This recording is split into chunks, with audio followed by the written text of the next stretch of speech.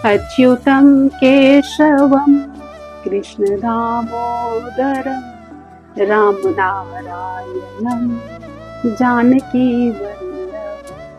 कौन कहता है भगवान आते नहीं, तुम मीरा के जैसे बुलाते नहीं, तुम मीरा के जैसे बुलाते नहीं। नमस्कार। यह सत्य है कि भगवान को हमें बुलाना ही नहीं आता, वरना वो तो कब का हमारे हृदय में विराजित है। अब सवाल उठता है कि जब वो हमारे ही अंदर विराजित हैं, तो हम इतने दीनहीन कैसे बने रहते हैं? तो इस सवाल का उत्तर भी ईश्वर ने दिया है कि जैसे मान ले कोई बच्चा खड़ा होने की कोशिश करता है, तो उसके माता पिता क्या करते हैं? उसे सपोर्ट करना शुरू कर देते हैं। लेकिन फर्ज कीजिए अगर वो बच्चा खड़ा होने की कोशिश ही ना करे तो क्या संसार का कोई भी माता पिता उस बच्चे को सपोर्ट देकर खड़ा रख सकते हैं? बिल्कुल नहीं। ईश्वर भी यही कार्य करते हैं। जब हम कोई कार्य करते हैं तो पहला कदम हमें ही उठाना पड़ता है। कोई शुभ कार्य करे, मंगल कार्य करे और हम पहला कदम उठाते हैं, तो विश्वास रखिए ईश्वर हमें 10 कदम आगे खींच के लेके जाते हैं। तभी तो कोई कार्य संपन्न होने के बाद हमें आश्चर्य लगता है कि अरे ये कार्य इतना आसानी से हो कैसे गया। तो आज मैं आप लोगों के साथ एक सच्ची घटना शेयर करने वाली हूँ। जैसा कि आपने थंबनेल में पढ़ा, तुमने पुकारा और हम चले आए, इसका जीता जागता यहाँ प्रमाण दिया जा रहा है।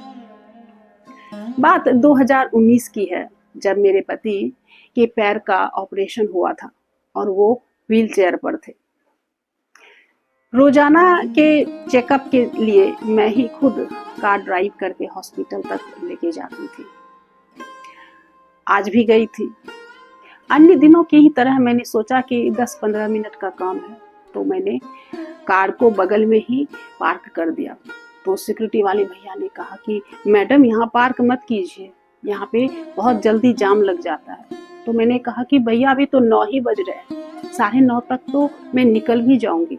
और इतना कह के मैंने उनकी बात को इग्नोर करके हॉस्पिटल चली गई। लेकिन आज कुछ ज्यादा ही भीड़ थी।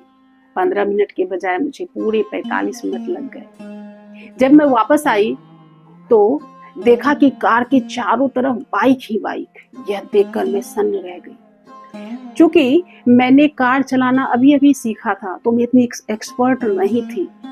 मुझे अंदर से डर लगने लगा कि मैं कार निकालूंगी कैसे।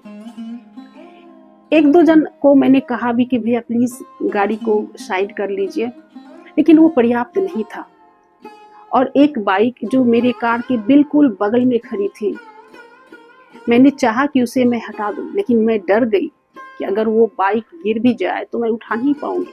तो मैंने सिक्योरिटी वाले भैया से कहा कि भैया प्लीज मेरी मदद करें, लेकिन उन्होंने साफ साफ इनकार कर दिया। फिर तभी मुझे लगा कि पूरे 15-20 मिनट हो चुके हैं, हस्बैंड वहां पर मेरा इंतजार कर रहे होंगे। और यह सोचकर मैं हिम्मत करके कैसे भी करके गाड़ी स्टार्ट कर दी, बैक गियर लगाया और साइड मिरर में देखा तो उस बाइक से मेरी कार में स्क्रैच लग रहा था। मैं रुआंसी हो गई, आंखें बंद की और ईश्वर से कहा कि हे भगवान, मुझसे इतना छोटा काम भी नहीं हो पा रहा, प्लीज मेरी मदद करें। आपको यकीन नहीं होगा, मुझे लगा किसी ने आवाज दी। मैंने पीछे मुड़कर देखा तो एक आदमी ने रुकने का इशारा दिया मुझे। मैं रुकी। वह आदमी लगभग दौड़ता हुआ आया और ना सिर्फ बाइक को हटाया, बल्कि मेरी कार को बाहर निकालने में भी मेरी मदद की। मेरी खुशी का ठिकाना नहीं रहा और इस खुशी में मैंने उनका धन्यवाद भी नहीं दे पाई। लेकिन जाते जाते सिक्योरिटी वाले भैया को मैं चेतावनी देते हुए गई, बोलते हुए गई कि भैया देखा मदद करने वाले कैसे आ ही जाते हैं। इतने बरस बीत गए, लेकिन आज भी वो दिन मुझे याद है कि जब उम्मीद के सारे दरवाजे बंद हो गए थे, तो कैसे उस 1000 हाथों वाले का एक हाथ मेरी मदद को पहुंचा था। आपको क्या लगता है? यदि आपको लगे कि यह घटना सत्य है, तो प्लीज अधिक से अधिक लोगों तक शेयर करें, इसे लाइक भी कर लें। अगर पहली बार है तो सब्सक्राइब भी कर लें, क्योंकि इसी तरह मैं सच्ची घटनाओं पर आधारित वीडियोस डालते रहती हूँ। तो इसी के साथ आप सभी को नमस्कार, धन्यवाद, जय हिंद, वंदे मातरम।